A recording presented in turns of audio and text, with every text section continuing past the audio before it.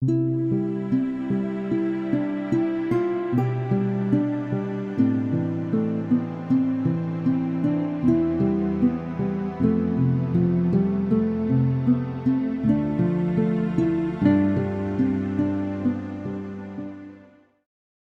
Joseph, 17e jour.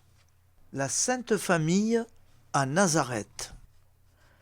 Revenons, chers auditeurs, à la Sainte Maison de Nazareth et arrêtons notre pensée sur les vertus de chaque membre de la Sainte Famille.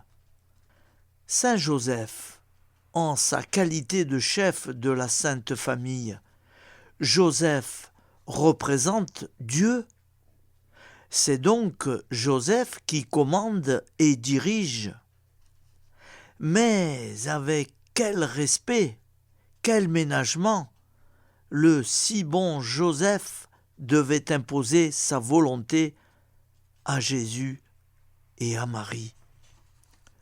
Commandement simple, humble, doux. Certainement, il devait commander en tremblant, et ce qu'il ordonnait, il le pratiquait d'abord lui-même. Son exemple inspirait plus que ses paroles.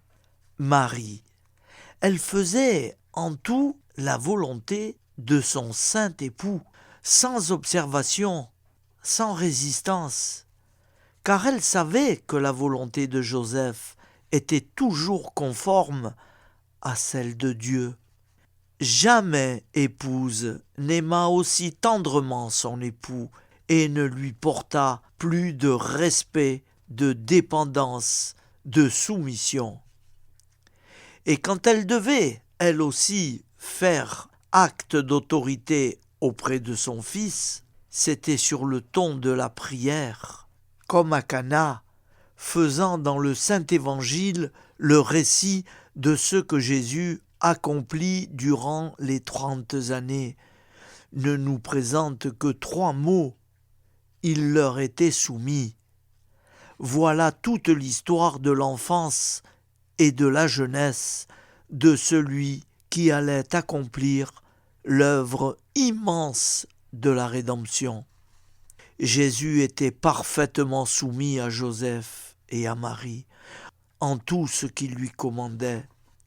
L'Évangile ajoute qu'il est vrai que Jésus était plein de grâce devant Dieu et devant les hommes, mais c'est là encore une conséquence de son esprit de soumission et d'obéissance.